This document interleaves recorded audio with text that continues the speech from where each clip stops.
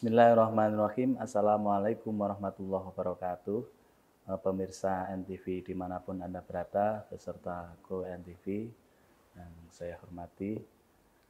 Alhamdulillahirabbil alamin. Jumpa lagi bersama kami. Saya sebagai host, beliau Yai Musolin sebagai narasumber kita pada sore hari ini. Assalamualaikum Ustaz. Waalaikumsalam warahmatullahi wabarakatuh. Alhamdulillah Ya, sehat walafiat. masih nuansa Syawal Ustaz. Ya. Mohon maaf lahir dan batin. Sama-sama. Baik, pemirsa NTV di mana Anda berada, sebelum kita melanjutkan pembahasan tentang yang nanti akan dibawakan Ustadz Musolin, kali ini mari kita ucapkan rasa syukur kita kepada Allah Subhanahu wa taala yang telah memberikan rahmat, hidayah, taufik serta inayahnya kepada kita semua sehingga kita dapat berkumpul di majelis ini dalam keadaan sehat walafiat. Amin Allahumma amin. Baik pemirsa NTV di mana Anda berada, kali ini kita akan membicarakan tentang agama sebagai solusi penenang hati. Kira-kira itu Ustaz ya. Ya. Untuk selanjutnya kami persilakan Ustaz Musolin. Baik, terima kasih untuk Kang Hasyim host. Assalamualaikum warahmatullahi wabarakatuh. Waalaikumsalam. Bismillah walhamdulillah wassalatu wassalamu ala rasulillah Sayyidina Muhammad bin Abdillah la haula wala quwata illa billah. Para pemirsa dimanapun Anda berada, pemirsa NTV yang selalu dirahmati oleh Allah Subhanahu wa taala. Alhamdulillah pada kesempatan hari ini kita berjumpa kembali di acara Qalbun Salim NTV, masih di nuansa Syawal. Maka dari itu saya pribadi Musolin MDSRA Banyuwangi mengucapkan kepada seluruh pemirsa pribadi dan juga seluruh sahabat-sahabat MDSRA mengucapkan minal aidin wal faizin, mohon maaf lahir dan batin. Barangkali sekiranya selama ini kita berdakwah di NTV ada kekhilafan, ada kekurangan, kesalahan baik yang saya sengaja ataupun yang tidak saya sengaja. Sekali lagi saya mohon maaf yang sebesar-besarnya. Baik pemirsa, pada kesempatan sore hari ini, mari kita bersama-sama mengulas atau membahas tentang materi agama adalah sebagai solusi penenang hati. Yang perlu kita garis bawahi dan kita koreksi yang lebih mendasar dulu, Gus. Bahwasanya kalau manusia itu beragama, otomatis manusia itu kan mengakui akan adanya Tuhan. Ini yang mendasar dulu. Di Indonesia, agama yang telah diresmikan atau sesuai dengan undang-undang yang diperbolehkan kan ada 5 sekarang. Islam, Kristen, Hindu, Buddha, dan yang terakhir yang baru kalau nggak salah Konghucu. Lah, ini berarti agama, kalau membahas agama, orang yang sudah mengakui agama, berarti dia mengakui adanya Tuhan. Kalau sudah mengakui adanya Tuhan, otomatis manusia itu harus segala sesuatunya disandarkan kepada Tuhan. Bagi kita yang beragama Islam, mengakui akan adanya Tuhan Allah Subhanahu wa taala. Makanya segala sesuatu yang kita kerjakan, baik itu urusan duniawi ataupun yang lainnya, sayugjanya, seharusnya, harus semuanya kita sandarkan kepada Tuhan Allah Subhanahu wa taala. Karena apa? Karena kalau sudah kita dasari, kita sandarkan segala sesuatu aktivitas dan kegiatan kita ini kepada Allah Subhanahu wa taala, yang jelas apa yang kita lakukan, apa yang kita kerjakan, seandainya ada yang tidak sesuai dengan harapan kita, tapi berhubung kita sudah mulai dengan bersandar semuanya kepada Allah Subhanahu wa taala, Tuhan kita, otomatis dalam diri kita sebagai umat Islam, sebagai umat muslim akan tidak merasa bagaimana, merasa seakan terpukul kan itu.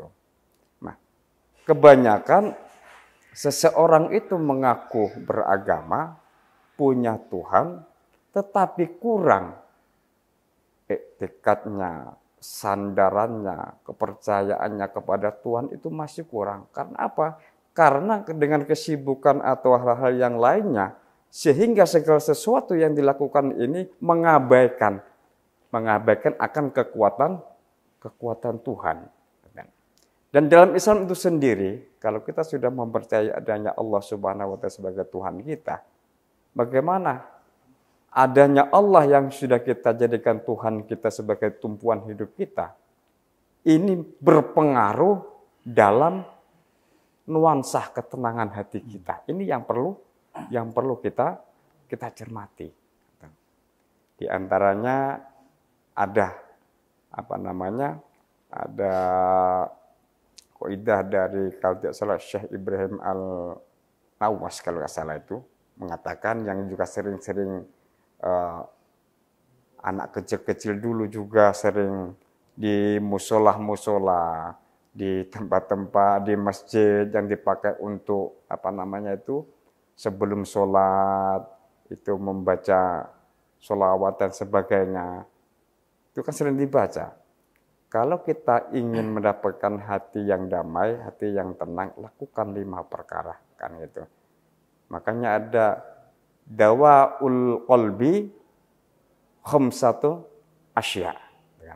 Kalau kita ingin mendapatkan obat ketenangan hati, kalau dalam Islam itu ada 5 perkara yang harus kita lakukan. Ini adalah sebagian dari ikhtiar kita untuk bisa mendapatkan ketenangan hati kita, atau obat ketenangan hati kita. Tapi ya kita tidak bisa mengabaikan, tetap awalnya kita sandarkan, awalnya kita tumpukan kepada Allah Subhanahu wa Ta'ala. Cuma ini kan ikhtiar kita, ikhtiar untuk menuju ke sana atau menjembatani ke sana, dibutuhkan 5 perkara ini, diantaranya yang bisa menenangkan hati, yang bisa menjadi pengobat hati.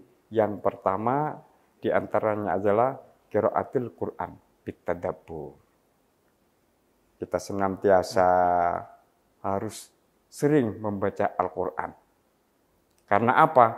Al-Quran adalah termasuk obat bagi penenang di kehidupan kita, penenang di hati kita.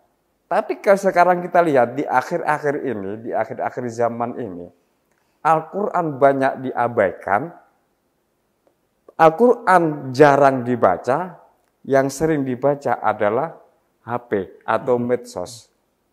Nah, mana mungkin kita akan bisa mendapatkan ketenangan hati ketika hati kita ini ganda gulau dengan kesibukan dan masalah yang begitu rumit kita hadapi tiap hari. Al-Quran sebagai obat penenang kita abaikan. Al-Quran sebagai wasilah lantaran bisa menenangkan hati kita, obat hati kita, tidak pernah kita buka, tidak pernah kita simak, tidak pernah kita baca, tidak pernah kita pahami isinya. Mana mungkin itu bisa menenangkan hati kita kalau itu tidak kita lakukan. Sedangkan tiap hari kita sudah sibuk, banyak sekali masalah yang datang silih berganti pada diri kita. Sedangkan yang kita baca tiap hari adalah medsos, media sosial. Yang mana media sosial ini banyak sekali kadang-kadang berita-berita yang ada di dalamnya tidak bisa dipertanggungjawabkan alias hoax. Makanya Syekh Ibrahim ini menekankan kalau ingin mendapatkan ketenangan hati, mendapatkan obatnya hati kita ini biar tenang, biar bisa kehidupan kita ini tidak terlalu susah dan sebagainya. Perbanyak membaca Al-Quran dan juga isi dari Al-Quran itu sendiri. Kalau membaca Al-Quran, jangan sekedar membaca dengan cepat, agar kita bisa membaca dengan baik, bisa mengingat dan mengetahui isi Al-Quran, ya harus biratil Qur'ana tartila. Itu diantara yang pertama. Yang kedua, kata Syekh Ibrahim, diusahakan agar kita bisa menahan lapar. Kata orang Jawa bilang, kudu weteng kang luwe. Jadi perut kita ini usahakan jangan terlalu kenyang. Kalau orang perutnya ini terlalu kenyang, isinya kadang Masya hatinya Allah. gampang. Iya. Terus Nah, isinya pengen tidur aja dan lain sebagainya. oke, Ustaz. Ngoten. Baik Ustaz, Nggih. nanti mungkin kita lanjutkan ya. Nggih. Baik pemirsa, jangan kemana-mana, kita lanjutkan ke sesi berikutnya.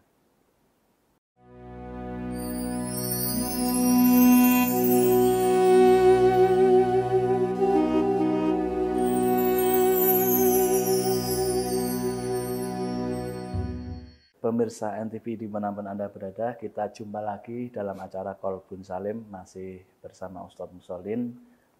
Ustadz tadi ya pembahasannya sangat-sangat menarik sekali.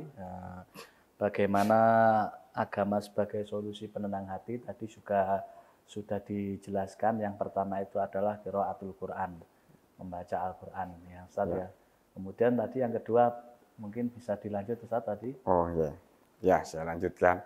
Itu yang kedua adalah adanya perut yang lapar. Diusahakan ya bukan terlalu kok lapar terlalu lapar, enggak. Maksudnya kan diusahakan jangan terlalu kenyang.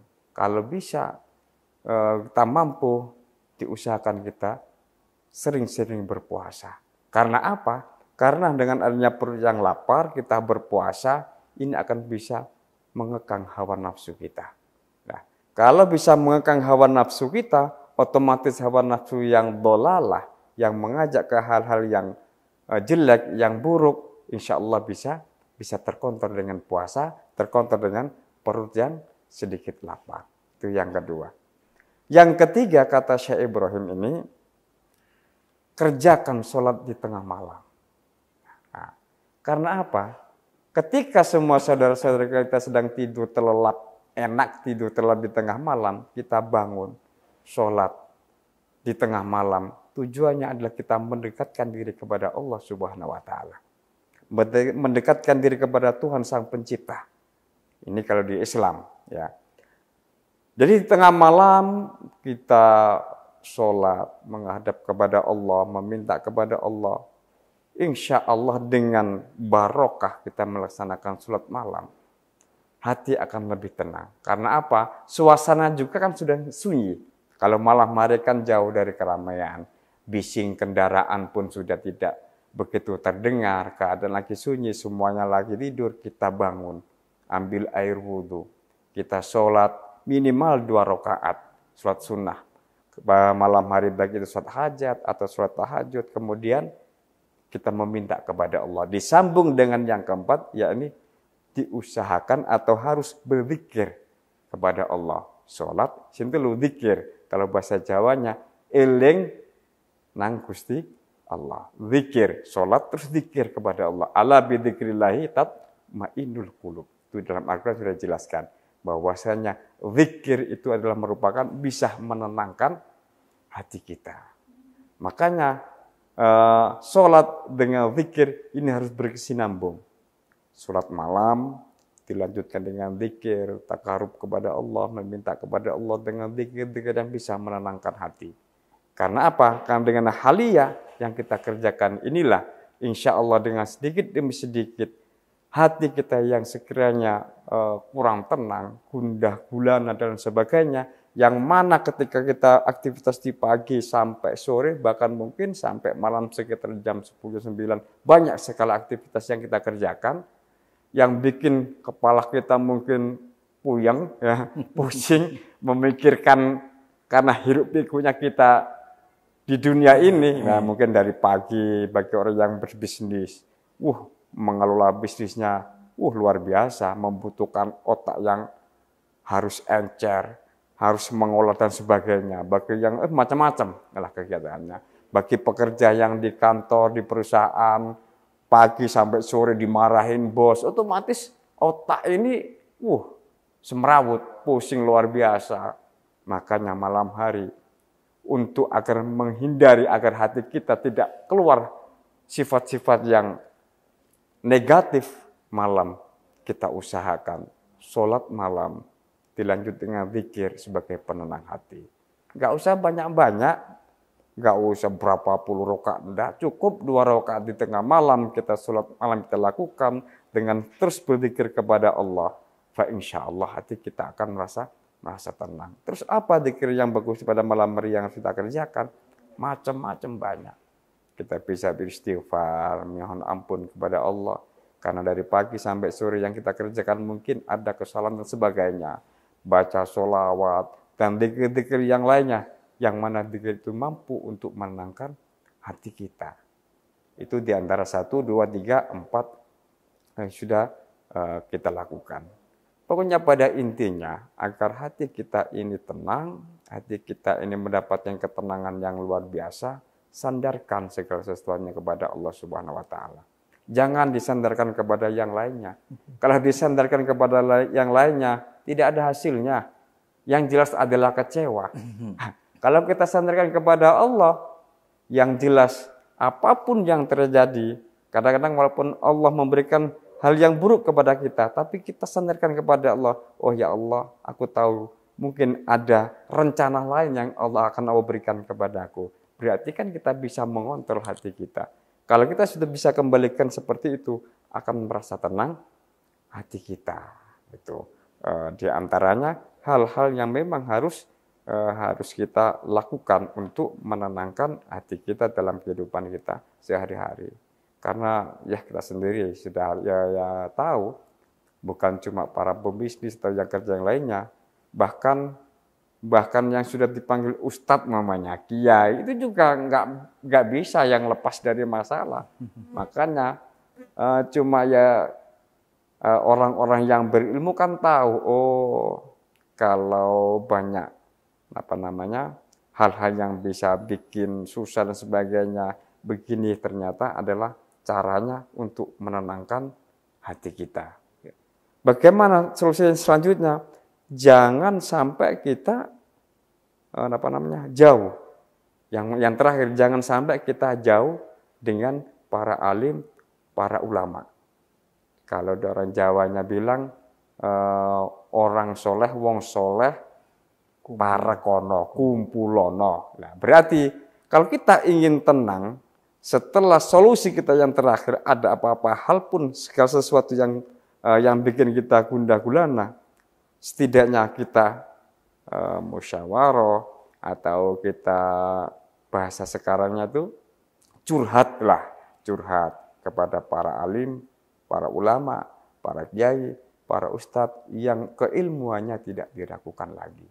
Karena apa? Dari dawo-dawo mereka, dari fatwa-fatwa mereka, inilah yang bisa menenangkan hati kita. Ibaratnya adalah salju penyiram kegundah larahan hati kita dari fatwa-fatwa beliau. Itu diantara ikhtiar kita untuk bisa mendapatkan ketenangan hati kita dalam kehidupan kita sehari-hari. Insya Allah, ini luar biasa. Jadi pemirsa mungkin bisa dikaji lebih jelas lagi, Ustaz ya tadi ya. Kalau bahwasanya kita membaca Al-Quran ini sangat-sangat bisa menenangkan hati. Jangankan hati, penyakit aja bisa disembuhkan ya. Dengan bacaan-bacaan surat Al-Fatihah, kemudian suratul Muawwidzatain dan lain sebagainya. Ini kalau di pondok ini tentu sangat-sangat tenar sekali, baca bacaan dukun lah. Ya memang karena di Al-Quran itu sendiri kan banyak sekali yang kadang belum diketahui oleh baik orang Islam itu sendiri, bahwasanya dalam Al-Quran itu banyak sekali ilmu-ilmu hikmah yang terdalam di situ. Bahkan ilmu kedokteran juga, ilmu kedokteran itu semuanya mengambilnya dalam Al-Quran. Kajiannya semuanya ada dalam Al-Quran. Makanya kan eman, dalam arti kalau bahasanya eman, kita sebagai orang Islam yang sudah diberikan oleh Allah berupa kitab suci Al-Quran yang dibawa oleh baginda Rasul, kalau kita tidak mengkaji Al-Quran itu sendiri. Karena sudah jelas Al-Quran bisa atau mampu untuk menenangkan hati kita. Ya, kira-kira kalau dalam ayat pertama alif lam mim dzalikal kitabul la raiba fihi hudal muttaqin, kira-kira seperti itu ya. Mungkin bisa jadi petunjuk, karena di zaman dahulu sebelum Rasulullah menjadi utus Rasul sebelum Kanjeng Nabi, itu juga banyak sekali ya kaum kaum jahiliyah yang Jahiliyah. tidak menghormati, yang tidak memanusiakan manusiawi, yang terutama dari kaum Hawa itu yang tidak dihormati dan lain sebagainya. Sehingga turunlah wahyu Al-Quran melalui malaikat Jibril yang disampaikan kepada Kanjeng Nabi, dan disitulah hudalil muttaqinya, petunjuk bagi semua umat manusia ini, Masya Allah, luar biasa. Jadi alangkah kita sombongnya kalau kita itu selalu tidak membaca Al-Quran walaupun satu surah, satu ayat, satu rukuk dan lain sebagainya. Ini usahakanlah. Ya, kira-kira seperti itu. Ya, baik, pemirsa jangan kemana-mana, kita lanjutkan ke sesi selanjutnya nanti.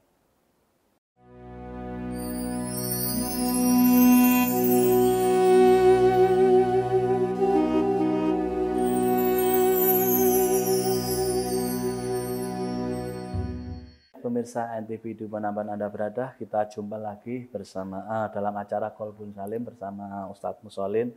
Insyaallah tadi pembahasannya Ustadz ya sangat-sangat luar biasa mengenai tentang taqarrub, mendekatkan diri kepada Allah Subhanahu wa taala.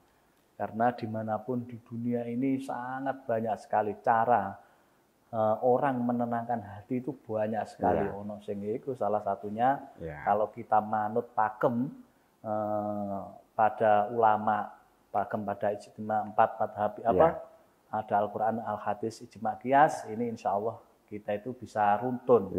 Maca Quran, yo sholat tahajud, yo zikir dan lain sebagainya. Ada juga Ustadz yang mungkin di sana ada yang cara menenangkan ya, ini mungkin mohon maaf dengan cara minum minuman keras dan lain sebagainya. Ini justru ini bukan cara yang paling ampuh ya, kira-kira seperti itu.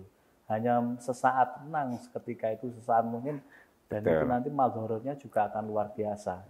Saya kira tadi Ustadz menjelaskan banyak sekali, dan ini Masya Allah ini bisa dibuktikan pemirsa dimanapun Anda berada, bisa diamalkan, kira-kira seperti itu.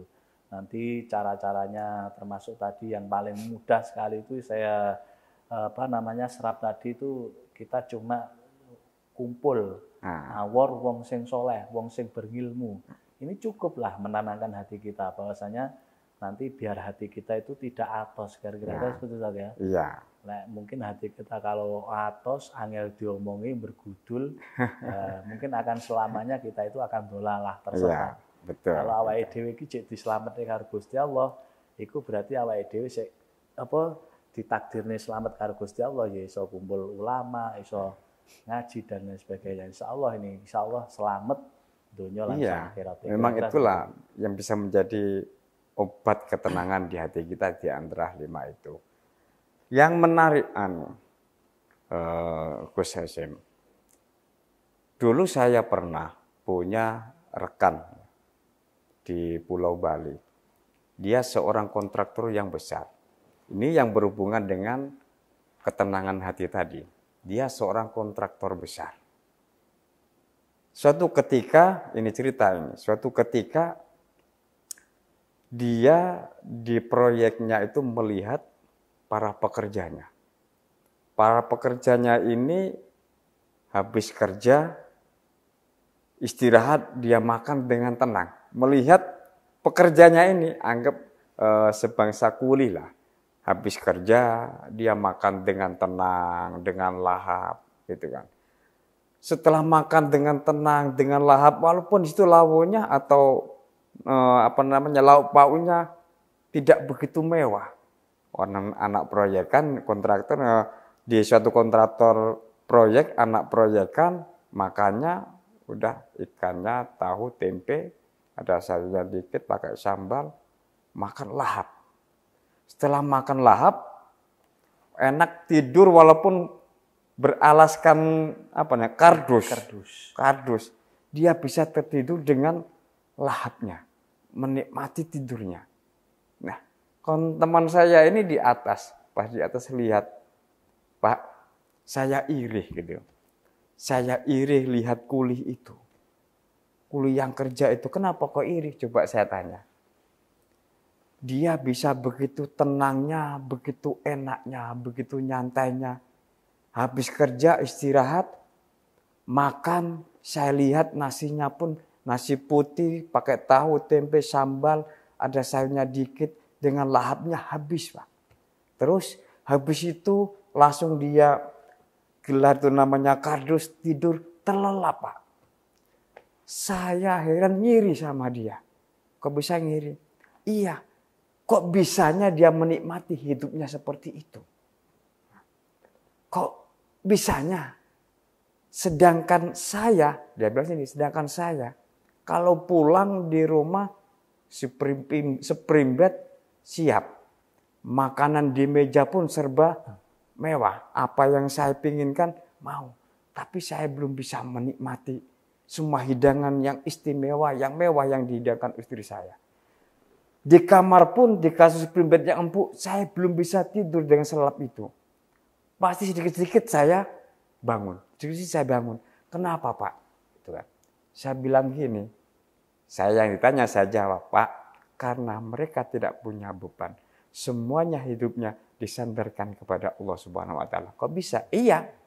Karena mereka kerja, saya satu hari saya digaji 100.000, dia sudah yakin bahwasanya nanti dia itu mendapatkan 100.000. Yakin bahwasanya rezeki yang nanti yang Allah berikan kepada dia hari ini adalah 100.000.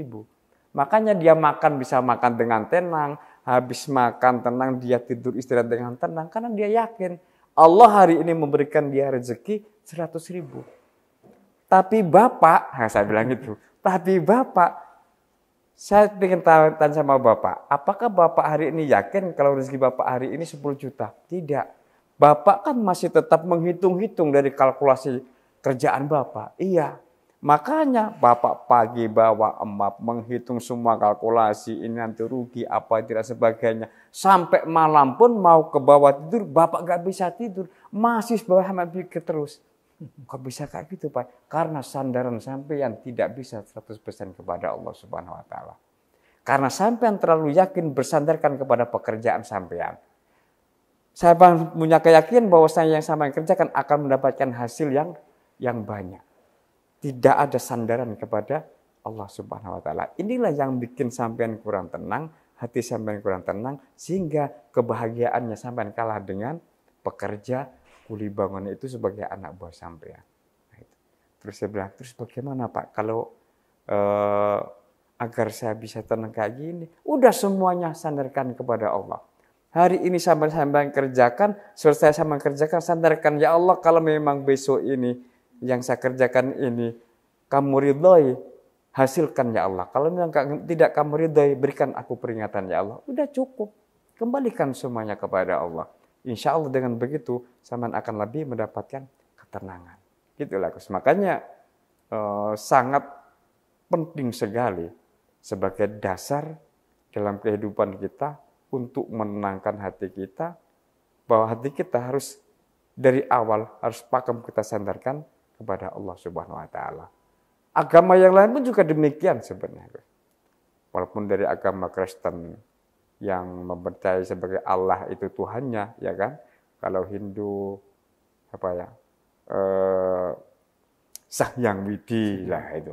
Kalau yang Buddha dan sebagainya, insya Allah semua agama pun semuanya mengajarkan yang semacam itu. Ya.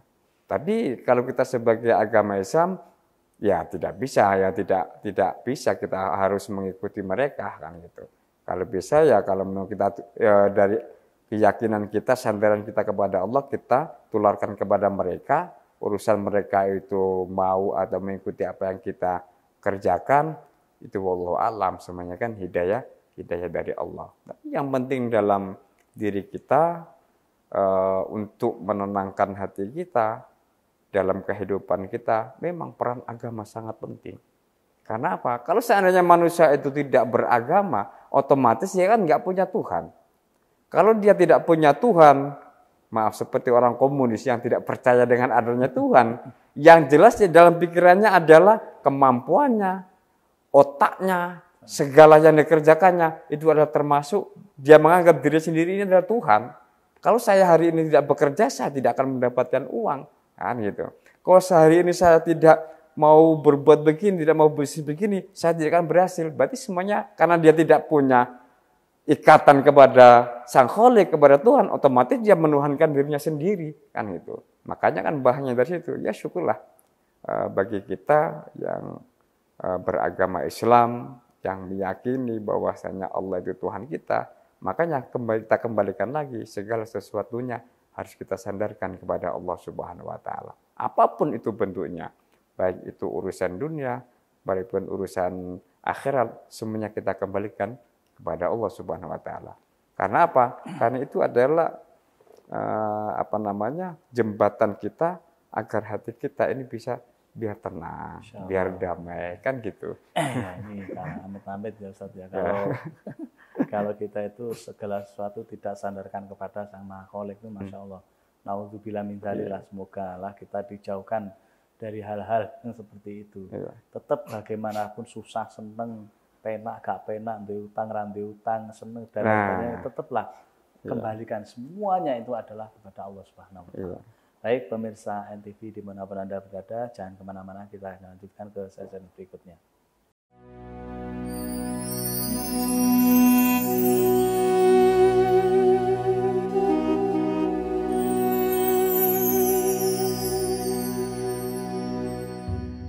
Pemirsa NTV dimanapun Anda berada, kita jumpa lagi dalam acara Qalbun Salim bersama narasumber kita, ya, Ustadz Musholin, ya Allah, Ustadz Musholin ya. Insya Allah ini tadi Ustadz ya banyak sekali ya yang sudah kita kaji, yang sudah kita lebih dalami tadi mengenai tentang tadi agama sebagai penenang, dan lain sebagainya. Baik pemirsa NTV di mana Anda berada, kali ini bisa pemirsa yang ada di rumah bisa mengirimkan pertanyaan kepada kami melalui medsos NTV, yaitu IG-nya NTV official.id. Ini yang IG-nya. Kemudian yang TikTok-nya ini adalah Nasional Televisi. Jadi pemirsa dimanapun Anda berada bisa mengikuti acara kami di TikTok Nasional Televisi. Kemudian bisa juga mengirimkan pertanyaan di IG-nya NTV, yaitu NTV official.id. Ya, ini itu Ustadz tadi. Ya, mungkin Ustadz tadi hari ini kita bisa menerima pertanyaan dari pemirsa yang ada di rumah, dan nanti insya Allah kita juga bisa menjawabnya langsung dengan dasar-dasar yang memang sudah sudah ada lah ya, pakem-pakem yang sudah ada. Oh ya Ustadz, ini kali ini ada pertanyaan Ustadz ya, yang melalui IG-nya NTV dari Mas Dodi ya. Dari Mas Dodi ini bertanya kepada kita, kalau agama memang penenang hati, kenapa banyak yang religius tapi masih gampang marah atau stres. Ini maaf tadi kurangan Ustadz. Ya, kira-kira monggo dijawab. Ya, terima kasih para pemirsa, khususnya sebagai penanya ya, Mas Dodi ya, selamat bergabung Mas Dodi. Kalau memang pada kesempatan hari ini lagi menyaksikan acara di NTV, acara Qalbun Salim di NTV.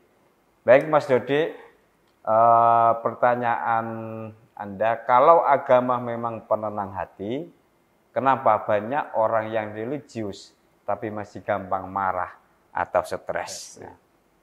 Kalau agama sebagai penenang hati, kenapa masih banyak orang yang gampang marah atau stres?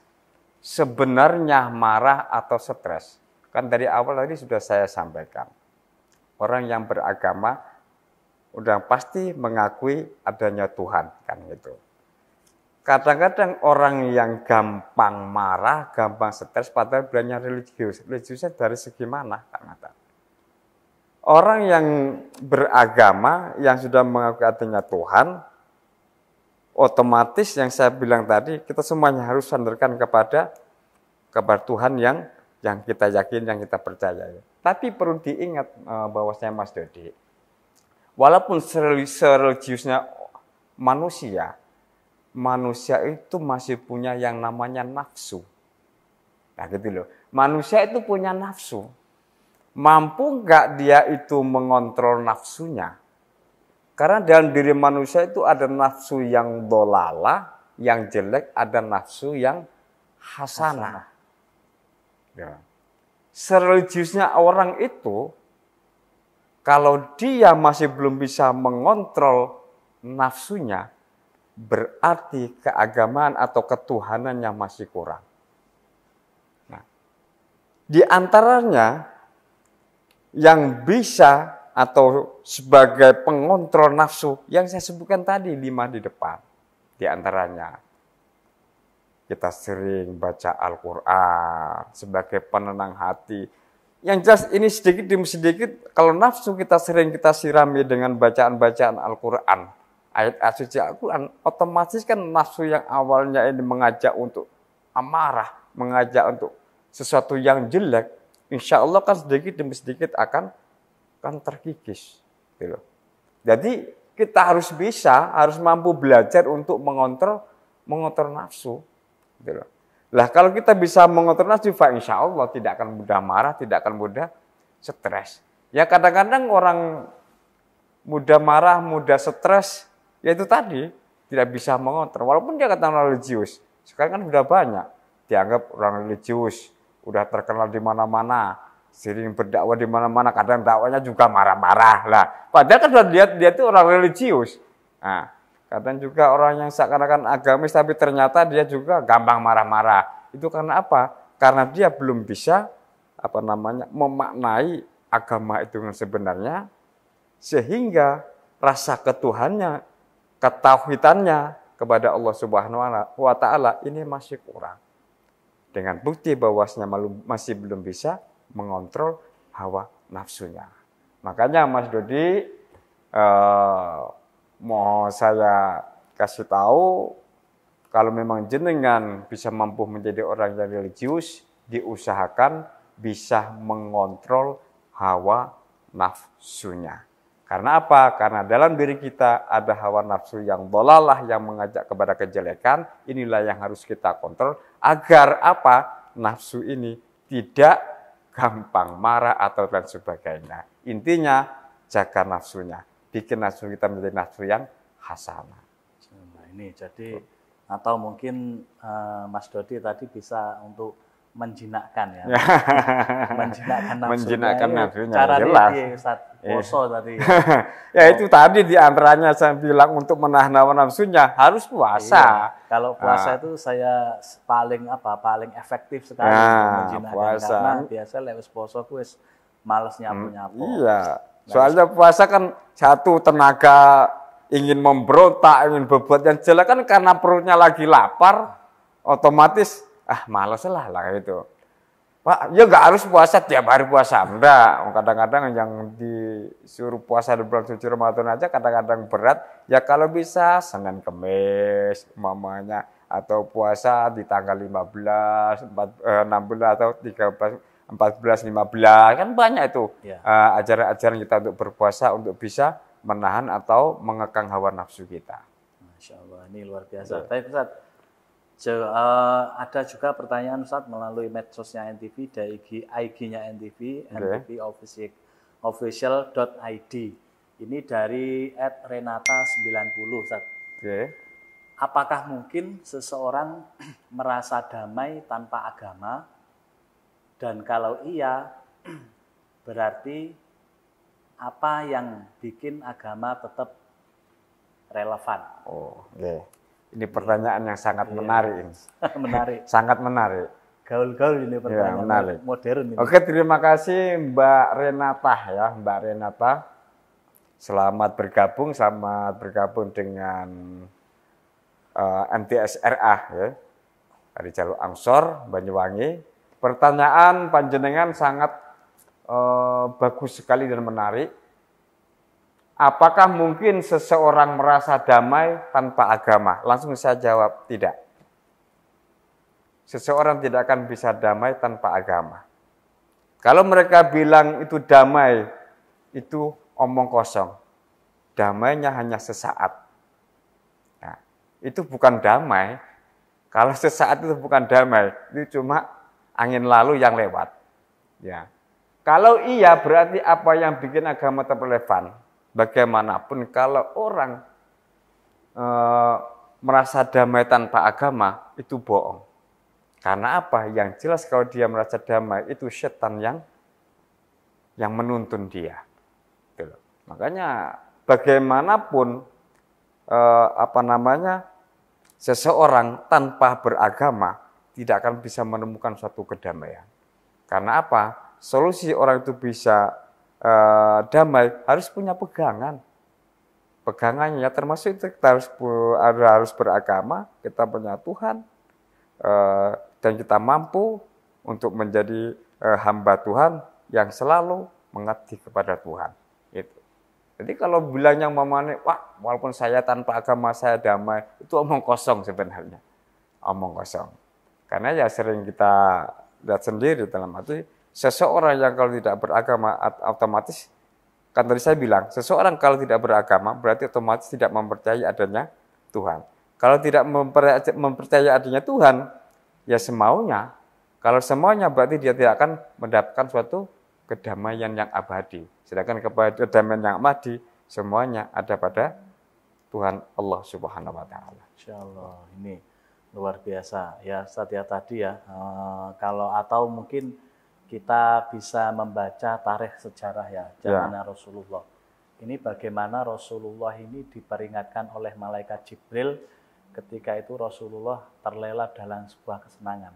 Maka di situ muncullah sebuah makalah, wahai Muhammad, ingatlah Muhammad, suatu saat kamu akan menjadi mayit, menjadi mati.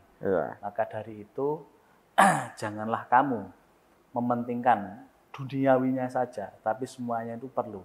Akhirat dan duniawi, kira-kira seperti itu Ustaz. Ya, betul. Jadi alangkah baiknya tadi ya kalau memang kita menyandarkan diri kita bene awake dhewe tetap semangat, tetap biar merasa tenang, hati tentrem, hatinya. Dan ini makalah ini sangat tabarok sekali. Kuncine adalah awake dhewe kudu yakin, mantep karo sing gawe urip. Iya, soalnya kan kebahagiaan itu kan bukan cuma kebahagiaan di dunia saja, Gus, kan itu. Kebahagiaan yang hakiki adalah kebahagiaan ketika di dunia itu kita dapat, lebih-lebih ketika kebahagiaan akhirat kita dapat. Itu kan? Makanya dua-duanya ini kalau dapat kita capai, inilah yang baru namanya nikmatnya kebahagiaan. Dunia kita bisa menikmati kebahagiaan dunia, akhirat kita bisa menikmati kebahagiaan akhirat. Ini baru yang dinamakan orang itu mendapatkan kebahagiaan. Nah, bisa mendapatkan kebahagiaan dunia dan akhirat, ya otomatis kita harus beragama. Kalau tidak beragama, mana mungkin kita bisa mendapatkan kebahagiaan yang hakiki. Kan begitu kan. Intinya bagaimanapun tetap yang namanya kebahagiaan tetap harus kita capai baik di dunia maupun di akhirat. Sandarannya tetap kita harus beragama. Karena kebahagiaan itu adalah semuanya yang ngasih adalah Tuhan. Kebahagiaan yang ngasih adalah Allah Subhanahu wa taala. Tidak mungkin kalau kebahagiaan itu datang dengan sendirinya kalau tanpa ada yang memberi. Ya ibarat umpamanya seorang anak dengan orang tua.